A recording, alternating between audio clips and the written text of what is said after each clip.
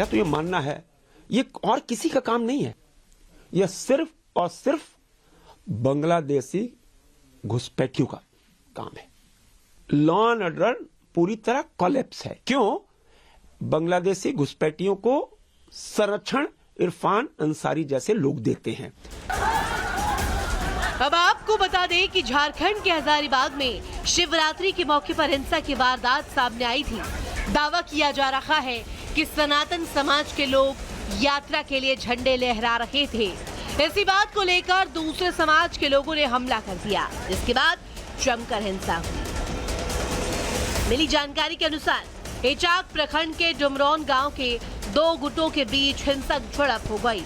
दोनों तरफ से जमकर पथराव और आगजनी की वारदात हुई। कुछ बाइकों और एक कार को आग के हवाले कर दिया गया। हिंसा के दौरान कुछ लोगों को भी चोटें लग गई। बवाल के बाद मौके पर भारी सुरक्षा बल तैनात है। झारखंड में बांग्लादेशी रोहिंग्या की घुसपैठ एक अहम मुद्दा बन गई है। बीजेपी का आरोप है कि इसकी वजह से कुछ इलाकों की डेमोग्राफी तक बदल गई है।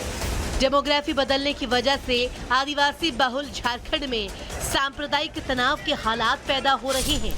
दूसरी तरफ इरफान अंसारी जैसे मंत्री भी झारखंड में मौजूद है, जो हिंसा के बाद लोगों को उकसाने का काम कर रहे हैं। Bureau report, Republic Bharat. और खबर बिहार से है। बिहार के मुजफ्फरपुर में शोभा यात्रा के दौरान जबरदस्त हंगामा देखने को मिला। रूट बदलने भड़के थे। पुलिस और स्थानीय लोगों में झड़प हो गई थी। पुलिस ने भीड़ पर, जिसके बाद लाठी चार्ज कर दिया था। ये बड़ी खबर इस वक्त सामने आ रही है, जिनकी बताया जा रहा है कि अचानक रूट बदल दिया गया। लेकिन सवाल तो ये है कि अचानक क्यों रूट बदला गया और इसी को लेकर के कैसे वहां पर हंगामा होता है, लोग भड़क जाते हैं और इसके बाद स्थिति को कंट्रोल में करने के लिए पुलिस को लाठी चार्ज करना पड़ता है। लेकिन सवाल ये है कि जब शोभा यात्रा निकलती है तो उसका रूट पहले से तय होता है, तो क्या जब रूट बदलने को लेकर के पहले से कोई जानकारी नहीं दी गई थी? पुलिस ने भीड़ पर लाठी चार्ज किया, क्योंकि वहां जिस तरीके से पुलिस और प्रशासन के बीच स्थितियां देखने को मिल रही थी, उन हालातों को काबू में करने के लिए पुलिस ने लाठी चार्ज किया।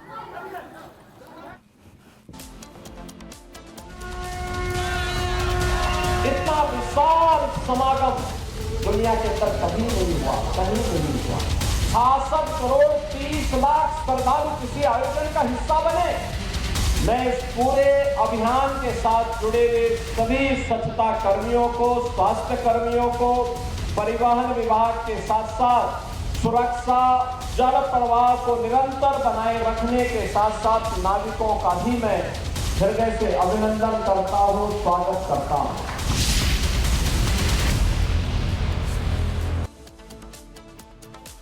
तो प्रयागराज में आयोजित महाकुंभ का समापन हुआ और महाकुंभ की अपार सफलता आप सभी ने देखी है और इस सफलता पर प्रधानमंत्री नरेंद्र मोदी ने भी खुशी जताई, जिन्होंने सोशल मीडिया पर पोस्ट करके कुंभ के अनुभवों को साझा भी किया है। आपको दिखाते हैं इस रिपोर्ट में।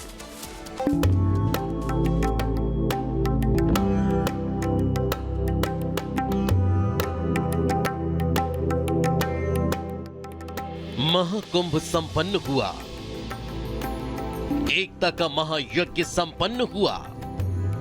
ये शब्द है प्रधानमंत्री नरेंद्र मोदी के, जिन्होंने महाकुंभ की ऐतिहासिक सफलता पर अपने विचार व्यक्त किए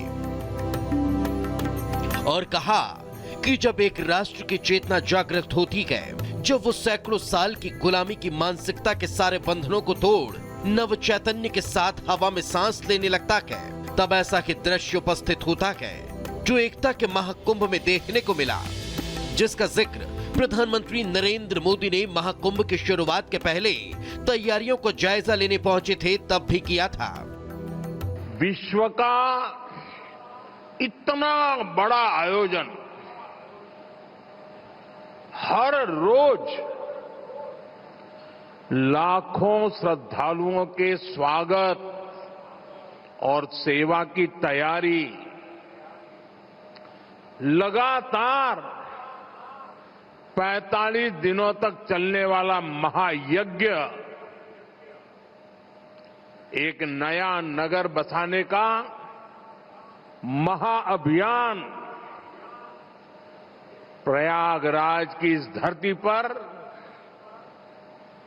एक नया इतिहास रचा जा रहा है। एकता और समरसता की प्रेरणा देने वाले पवित्र पर्व की सफलता को पीएम मोदी ने अपने शब्दों में पिरो दिया और कहा कि सफलता के साथ संपन्न हुआ एकता का महायज्ञ। देव भक्ति से देशभक्ति तक का सफर पूरा हुआ। प्रयागराज में एकता का महायज्ञ संपन्न हो चुका है। एकता के महामंत्र को जीवन का मंत्र बनाएं। विश्व ने किए भारत के विराट स्वरूप के दर्शन। संगम किनारे प्रयागराज में नया रिकॉर्ड बना। संगम तट पर युग परिवर्तन की आहट दिखी। जागृत चेतना का साक्षात्कार देखने को मिला है। 45 दिनों में भावनाओं का ज्वार देखने को मिला। महाकुंभ ने रखी शताब्दियों की नींव। महाकुंभ विश्व की महान पहचान बना। इतना कि नहीं, पीएम मोदी ने कहा कि महाकुंभ के दृश्यों को देख राष्ट्र के उज्जवल भविष्य को लेकर मेरी आस्था कई गुना मजबूत हुई। जिन्होंने एकता के महाकुंभ को आज के विश्व की एक महान पहचान बना दिया, जो अद्भुत है। Bureau report, Republic Bharat. तो 45 दिनों तक चले सनातन के महाकुंभ में हर सनातनी को कुछ ना कुछ मिला। जो श्रद्धालु संगम पहुंचे उन्हें पुण्य मिला, तो जो कारोबारी पहुंचे उन्हें व्यापार मिला। आज महाकुंभ के समापन के बाद रिपब्लिक भारत ने कारोबारियों से बातचीत की। क्या कहा, सुनिए। 144 साल के बाद अद्भुत संयोगों से बना इस बार का महाकुंभ अब समाप्त हो गया है। यूपी के मुख्यमंत्री योगी आदित्यनाथ ने आज खुद गंगा पूजन के साथ महाकुंभ के समापन की घोषणा की। इसी के साथ साथ जो संगम किनारे का नजारा है, जरा एक बार वो भी देख लीजिए। जिस तरीके से कल तक यहाँ पर आपको त्रिवेणी संगम के किनारे पैर रखने की जगह भी नहीं थी, आज आपको वहां पर कुछ ऐसे टेंट और जो दुकानें थी वो यहाँ से हटती हुई दिखाई दे रही हैं। अब धीरे धीरे जो यहाँ पर घनी आबादी थी लोगों की, जहां पे पैर रखने की जगह भी नहीं मिल रही थी, अब यहां पर धीरे धीरे ये मैदान में तब्दील होता हुआ दिखाई दे रहा है। दुकानदार जो थे वो अपने सामान को समेट रहे हैं। पब्लिक जो है वो बहुत हद तक कल जा चुकी है। जो लोग बचे हुए हैं वो आज निकल रहे हैं।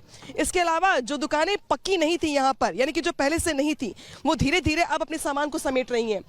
कुछ ऐसी तस्वीर आपको यहाँ से जितना भी आपकी नजर जाएगी वहां पे दिखाई देगी।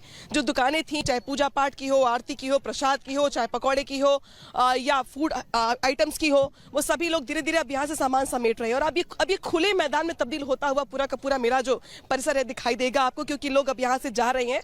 पहले उस घाट पर थे, अब उस घाट से इस घाट पर भी आए। आज सुबह यहाँ से भी भीड़ कम हो गई। तो देखिए, जैसे यहाँ पे फैमिली जाते हुए देख रहे हैं आप, ठीक वैसे ही यहाँ से धीरे धीरे लोग अपना अपना सामान लेकर के निकल रहे हैं।